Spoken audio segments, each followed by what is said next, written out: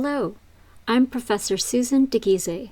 This tutorial is on practice 9.7b. Directions. In the passage below, circle and label all tritones. Draw arrows to show how members of the tritone resolve. Identify in what major key the excerpt is. All right, I'll go ahead and do the first one. So the first tritone I see is right here. So now I need to figure out if it's an augmented fourth or a diminished fifth. Since it's a fifth, it's a diminished fifth. And the diminished fifth resolves in, so I'm going to show these arrows. So go ahead and locate the other tritones, identify them, and show arrows to show how they resolve. All right, the next tritone is here. This is an augmented fourth, and that resolves out. Now we have a diminished fifth that resolves in, and another diminished fifth, and if we look forward, we see that it does resolve in. So now let's figure out the key. Remember that whenever you have a tritone, scale degree 7 will go up to scale degree 1.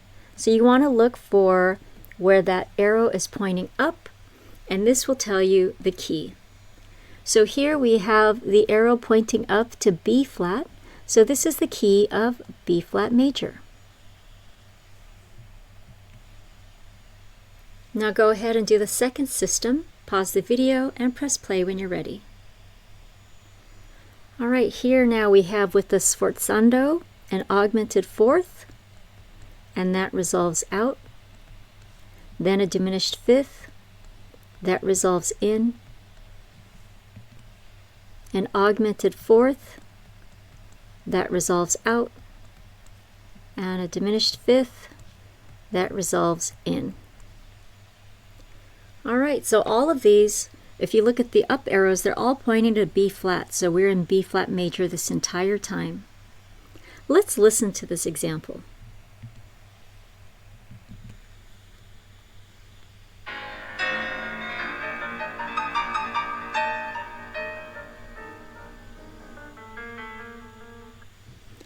All right, I find that to be really funny. So I don't know if you find it to be funny as well, but just look at how much Beethoven takes advantage of the tritone.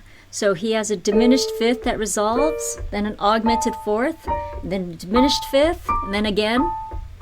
And then to emphasize it in the second system, not only does he have a sforzando, but he has it as these half notes to give it even more emphasis.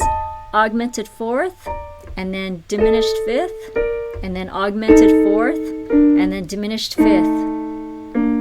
And he goes through 8 measures, just resolving tritones. So that's why I think it's so funny. All right, if you'd like to review tritones, please review section 9.7. You've now completed the tutorial for practice 9.7b. Thank you for watching.